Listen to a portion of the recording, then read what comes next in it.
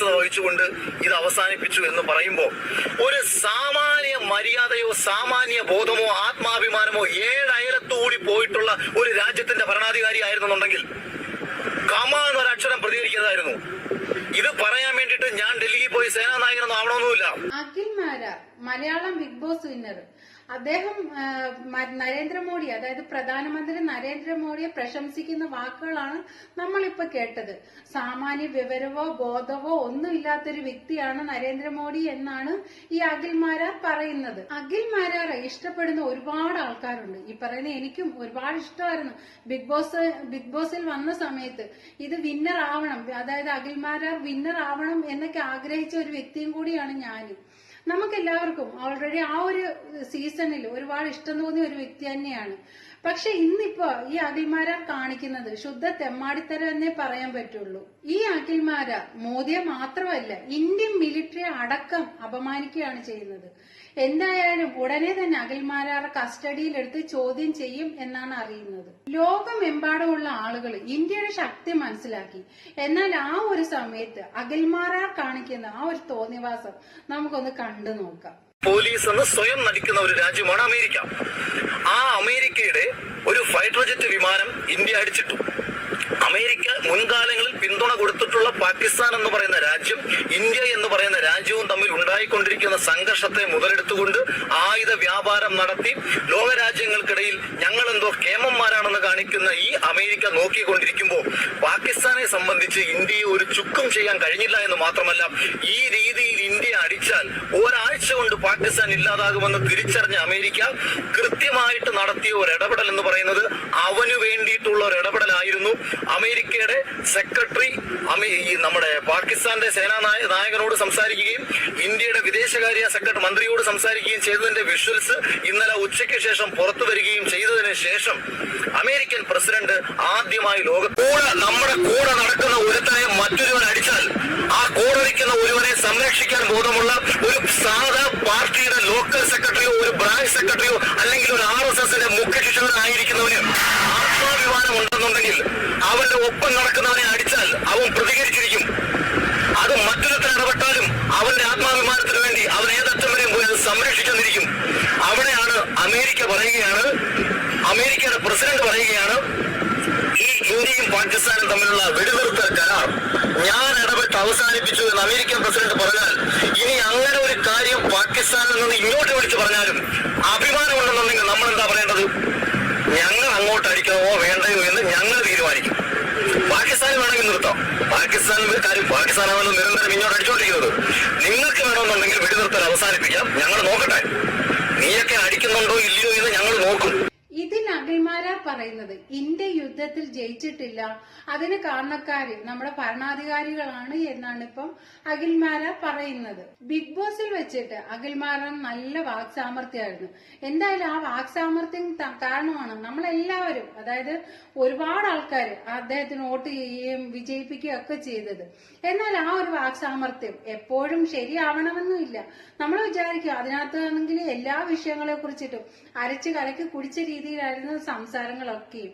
എന്നാൽ അതൊക്കെയും ഇപ്പൊ ശരിയാവണമെന്നില്ല. ഇപ്പൊ പറയുന്ന കാര്യങ്ങളെല്ലാം 100% ശരിയാവണമെന്നില്ലല്ലോ.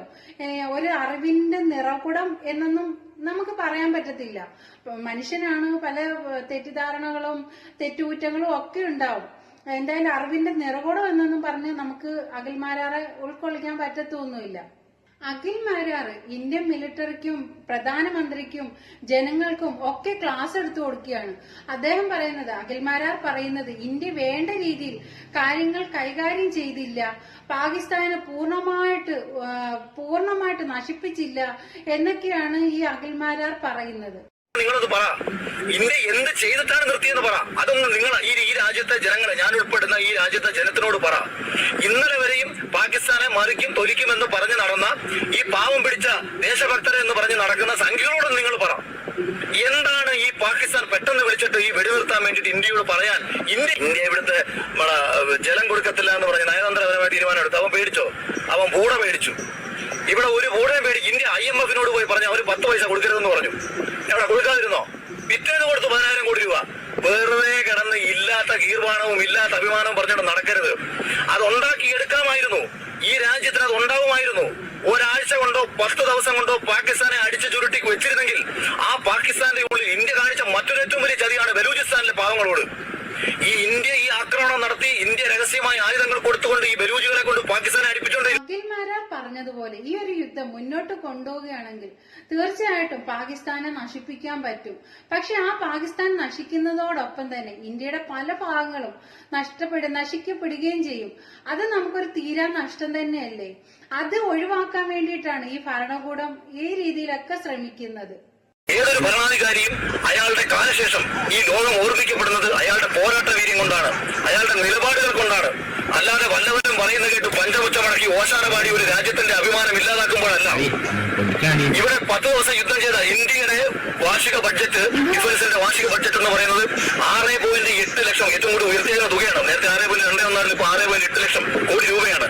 10 ദിവസം യുദ്ധം ചെയ്താലും 1 മാസം യുദ്ധം ചെയ്താലും ഒന്നും ഇന്ത്യ പോലൊരു രാജ്യം ഒരു കാരണവശാലും തകരത്തില്ല. ഇന്ത്യയിൽ പറയത്തക്ക യാതൊരു പ്രശ്നങ്ങളും 1 മാസം കൊണ്ടുണ്ടാവത്തില്ല. ഇപ്പൊ കിട്ടുന്ന 1 കിലോ അരി എത്ര രൂപയ്ക്ക് വാങ്ങിക്കുന്നത്? 40-45 രൂപയ്ക്കൊക്കെ ആയിരിക്കും നമ്മൾ 1 കിലോ അരി വാങ്ങിക്കുന്നത്. എന്നാൽ ആ സ്ഥാനത്ത് 150-200 രൂപയൊക്കെ ആയിക്കൊണ്ടേയിരിക്കും. ഇനി ഈ ഒരു അവസ്ഥയിൽ മുന്നോട്ട് പോവുകയാണെങ്കിൽ ഒരു സാധാരണക്കാരന് ജീവിക്കാൻ പറ്റാത്ത ഒരവസ്ഥയിലേക്ക് നമ്മൾ എത്തിച്ചേർന്നുകൊണ്ടേയിരിക്കും. നമ്മുടെ കൂടെ നടക്കുന്ന ഒരുത്തനെ മറ്റൊരുവൻ അടിച്ചാൽ ആ കൂടെ നിൽക്കുന്ന ഒരുവനെ സംരക്ഷിക്കാൻ ബോധമുള്ള ഒരു സാധാ പാർട്ടിയുടെ ലോക്കൽ സെക്രട്ടറിയോ ഒരു ബ്രാഞ്ച് സെക്രട്ടറിയോ അല്ലെങ്കിൽ ഒരു RSSന്റെ മുഖ്യ ശിക്ഷകനായിരിക്കുന്നവന് ആത്മാഭിമാനം ഉണ്ടെന്നുണ്ടെങ്കിൽ അവന്റെ ഒപ്പം നടക്കുന്നവനെ അടിച്ചാൽ അവൻ പ്രതികരിച്ചിരിക്കും. അത് മറ്റൊരുത്തൻ ഇടപെട്ടാലും അവന്റെ ആത്മാഭിമാനത്തിന് വേണ്ടി അവൻ ഏതറ്റം വരെയും പോയി അത് സംരക്ഷിച്ചെന്നിരിക്കും. അവിടെയാണ് അമേരിക്കയുടെ പ്രസിഡന്റ് പറയുകയാണ്, ഈ ഇന്ത്യയും പാകിസ്ഥാനും തമ്മിലുള്ള വെടിനിർത്തൽ കരാർ ഞാൻ ഇടപെട്ട് അവസാനിപ്പിച്ചു എന്ന് അമേരിക്കൻ പ്രസിഡന്റ് പറഞ്ഞാൽ ഇനി അങ്ങനെ ഒരു കാര്യം പാകിസ്ഥാനിൽ നിന്ന് ഇങ്ങോട്ട് വിളിച്ചു പറഞ്ഞാലും അഭിമാനമുണ്ടെന്നുണ്ടെങ്കിൽ നമ്മൾ എന്താ പറയേണ്ടത്? ഞങ്ങൾ അങ്ങോട്ട് അടിക്കണമോ വേണ്ടയോ എന്ന് ഞങ്ങൾ തീരുമാനിക്കും. പാകിസ്ഥാന് വേണമെങ്കിൽ നിർത്താം. പാകിസ്ഥാനാണല്ലോ നിരന്തരം ഇങ്ങോട്ട് അടിച്ചോണ്ടിരിക്കുന്നത്. നിങ്ങൾക്ക് വേണമെന്നുണ്ടെങ്കിൽ വെടിനിർത്തൽ അവസാനിപ്പിക്കാം, ഞങ്ങൾ നോക്കട്ടെ. നീയൊക്കെ അടിക്കുന്നുണ്ടോ ഇല്ലയോ എന്ന് ഞങ്ങൾ നോക്കും.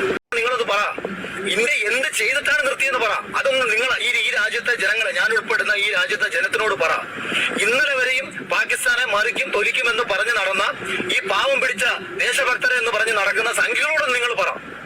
എന്താണ് ഈ പാകിസ്ഥാൻ പെട്ടെന്ന് വിളിച്ചിട്ട് ഈ വെടിനിർത്താൻ വേണ്ടിയിട്ട് ഇന്ത്യയോട് പറയാൻ? ഇന്ത്യ ഇവിടുത്തെ ജലം കൊടുക്കത്തില്ല എന്ന് പറഞ്ഞ് നയതന്ത്രപരമായ തീരുമാനം എടുത്തു. അവൻ പേടിച്ചോ? അവൻ പൂട പേടിച്ചു. ഇവിടെ ഒരു പൂടയും പേടിച്ചു. ഇന്ത്യ IMFനോട് പോയി പറഞ്ഞു അവർ 10 പൈസ കൊടുക്കരുതെന്ന് പറഞ്ഞു. എവിടെ കൊടുക്കാതിരുന്നോ? പിറ്റേന്ന് കൊടുത്ത് 10,000 കോടി രൂപ. വെറുതെ കിടന്ന് ഇല്ലാത്ത കീർവാണവും ഇല്ലാത്ത അഭിമാനവും പറഞ്ഞിട്ട് നടക്കരുത്. അത് എടുക്കാമായിരുന്നു. ഈ രാജ്യത്തിന് അത് ഉണ്ടാവുമായിരുന്നു. ഒരാഴ്ച കൊണ്ടോ 10 ദിവസം കൊണ്ടോ പാകിസ്ഥാനെ അടിച്ചു ചുരുട്ടി വെച്ചിരുന്നെങ്കിൽ ആ പാകിസ്ഥാന്റെ ഉള്ളിൽ ഇന്ത്യ കാണിച്ച മറ്റൊരു ഏറ്റവും വലിയ ചതിയാണ് ബലൂചിസ്ഥാനിലെ പാവങ്ങളോട്. ഈ ഇന്ത്യ ഈ ആക്രമണം നടത്തി ഇന്ത്യ രഹസ്യമായി ആയുധങ്ങൾ കൊടുത്തുകൊണ്ട് ഈ ബലൂചികളെ കൊണ്ട് പാകിസ്ഥാനെ